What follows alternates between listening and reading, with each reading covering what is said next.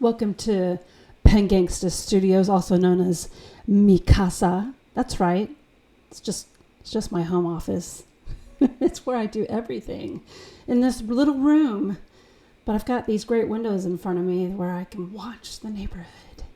Not like a, Mrs. Kravitz kind of situation, although I'm sure that ages me. But let me just tell you, I caught the show Bewitched in reruns. Thank you very much. All right, now let's talk about what I'm actually here to talk about, which is a pen, obviously, since this is a pen review.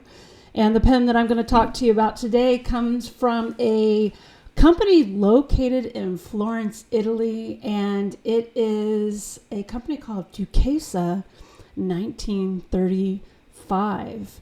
And I believe I have previously reviewed one of their pens a while back. The cool thing about their pens is that they're all 3D printed. So that's actually, it's kind of a relatively new type of technology that is hitting pens. Although, it's, 3D printing, it hasn't been around that long. So when it's entering the pen realm, shout out to my friend Kirk. That wasn't intended for him, but that just hit me when I said that. Anyway, so when that hit the whole pen world, it's something that's really interesting and fascinating, and something that is being perfected, I believe, through different experimental pen companies such as Ducasa. And so the pen I'm going to show you today, I believe it was 3D printed and also with some other type of solutions done by the pen maker himself. And I'm going to show you the Metamorphosis fountain pen, and that's what I'm showing you here today. It's a very cool pen, something I've never seen before in a pen. And what I've noticed in Ducasa's pens is they are highly experimental. And what I mean by experimental is that they are making pens with kind of like unorthodox type of materials and then finishing them in kind of an unorthodox type of way. So, for instance, this Metamorphosis pen, this is the Alphabet edition. So if you look closely at the barrel, you will notice lots of different letters of the alphabet, which I could not resist this pen. Okay. And it's from my graphic design background. I love typography. I have a thing for typography. I don't know what it is. There's, maybe I need to go to therapy for it, but there's something about the letters and their forms and just the different fonts. I love it. It's very cool. And I love mixing and matching typography. And that's kind of what's going on here. There's like a mix and match of typography in this pen barrel. And so the way that he told me that he achieved this finish was what you're seeing here on the barrel are plastic letters. And so the plastic letters were applied to the barrel and then sanded down into a nice finish. And I could feel, I feel there's like materials here that was used. But it's very flat, and I mean flat, like smooth. Smooth is a better word to describe that. It's very smooth, and there is some sort of lacquer finish on top of that. So it's not any materials sticking out, and it's not completely tactile, but there is like a small tactile feel about it, which I really like. I really feel like this pen, I'm holding some sort of like interesting experimental little artwork. And I love art, as you all know. That's my background, art history and graphic design. So anything related to those fields, I'm automatically drawn to. And so when I saw this pen at the London Pen Show, I was automatically drawn to it. And if you look past the letters, like kind of towards the bottom here, there is like an application of paint. And it's not like a pristine, pretty application. It's nicely, I'm slurring my words from excitement. It's nicely like applied in kind of a painterly way. So it's not perfect. And there's even like a little bit of paint splatter. And I love that. I just think it's so awesome.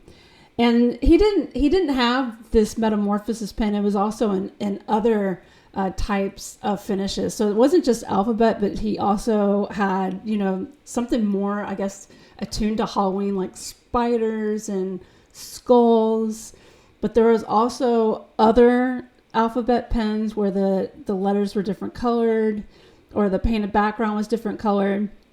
And he also has another one that I really like, and I wouldn't mind having, it's like the barrel right here, it's wrapped around with like music notes, and it just looks so cool and kind of antique looking, but modern at the same time. And he also had other pens that had kind of just painterly splashes around the barrel, which was very cool. So that's what I really enjoy, this experimentation with the materials. It's so different from a maker. And I know if you guys listened to the Juicy Broad show from last week, we kind of went on a thing where we were talking about maker pens, because someone kept asking me, to show my maker collection. I was like, well, I'm not really that big into maker pens these days. And the reason for that is I don't have any hate towards the makers. It just seems like a lot of their pens start looking alike to me. To be like similar materials, similar shapes, except for you have a handful of makers who are really experimenting with materials and doing different things with it. But overall, it's like, okay, I mean, I've seen what I'm going to see of the makers, unless I see something that really sticks out like this, something that is unorthodox and different. And that's what I look for in maker pens, is something that catches my eye and is different. So again, I have absolutely zero hate toward maker pens. I love maker pens. I love that maker, people who make their pens and sell them. In my opinion, they're kind of doing, they're artists. They're living the dream. They're making pens because they love pens so much.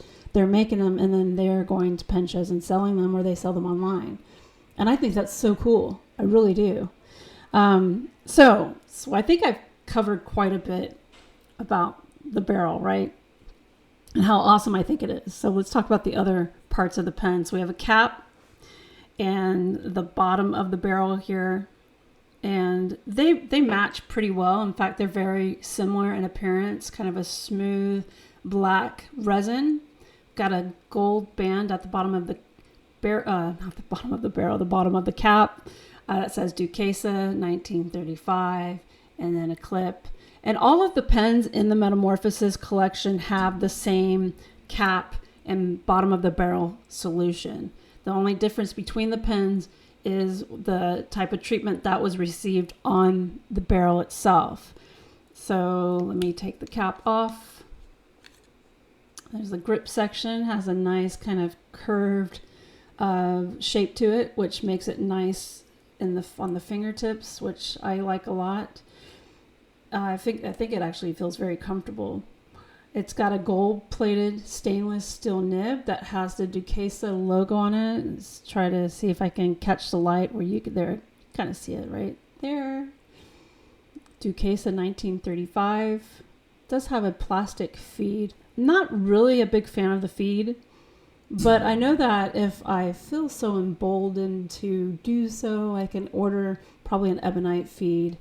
And replace that if I wanted to. I don't know if I will. It actually seems to write pretty well and stay inked very nicely with the feed it has right now. So if I run into a problem with it, I can always replace that feed. But so far, so good. Now this is going to be a little tricky here, because when I received this pen, it did not come with a cartridge. So what I ended up doing was filling the barrel with ink, and that is because there are no metal components. So let me raise that where you can see. So there you go, the light's hitting it. So there's no metal there on the threads. There is a rubber O-ring there to prevent any type of ink leaking out. And this is also resin. So I just decided, hey, I'll just eyedropper it. Why not? And so I put about 4 eyedropper fulls of inks. I cannot talk today, dude. What is the deal? So if there's about 4 eyedropper full in the barrel. I didn't fill it up all the way is what I'm trying to say, because I'm one of these people, I don't like my pen being full of ink for a very long time. I tend to get bored of a pen, and then I'll move on to another pen. So a cartridge, that's why a cartridge converter system is always best for me. Speaking of cartridges, I tried to put a converter into this pen, and for some reason, it's the way it is shaped inside of here. It would not take the part of the converter that turns, the black section of it, whatever that's called. I'm sure it has a word, but yeah, I couldn't get it past here. But what I did do is I did try a short international cartridge, and that worked. So if you're not into eyedroppering your pens, it will take a short international cartridge. I would have tried a long international cartridge, but I, believe it or not, I didn't have one on hand to try. I might try that later if I ever come across a long international cartridge to try in it. So I'm going to put this back on. So you can eyedropper it, which I think that's a fantastic option. It didn't take much for the ink to flow into the feed and into the nib. I didn't even have to get a brass shim out to get it to work at all. So I thought it was kind of cool that I didn't have to do a whole lot of work to do that. There wasn't a whole lot of, messiness. There wasn't a whole lot of cleanup. I mean, it was pretty easy. The only cleanup I had to do was rinse out the eyedropper. So, but I just think it's a very cool pen. You can only get it from Ducasa 1935. He is not selling this through any shops in the U.S. or Europe that I know of. I just think it's kind of, they're kind of a one-of-a-kind thing. And if you go check out the website for the pens and look at the Metamorphosis collection, which is, and I'll include this in the description as well, it is Duchessa 1935.it. So it's DUCHESSA1935.it. So they are located in Florence, Italy. I don't know what the situation would be like to order from them and the tariffs, so you might want to find that out. But the price for this pen is 250 euros. So I guess it would, for US dollars, probably closer to like 275, 280. I'm doing that off the top of my head because I didn't calculate that before I got on here to talk about the pen. But if you are looking for an interesting one-of-a-kind pen, because they are seriously one of a kind. There's nothing else out there like this. There is no multiples of this pen. I have the only one like this. So if you go online, you can see others with letters that are similar, or they have the motifs that I mentioned earlier, including spiders, skulls, colored letters, and music notes, which I think are really cool too, especially if you are into music. So if you want a pen that is different, maybe has a experimental, slightly deconstructed look, I encourage you to go visit Ducasa and check out their pens.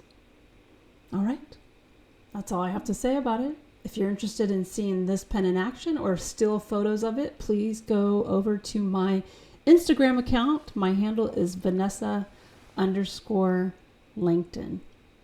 All right, and that's how the ink flows. Boom. All right, now I gotta actually click off. So, toodaloo. Okay, toodaloo.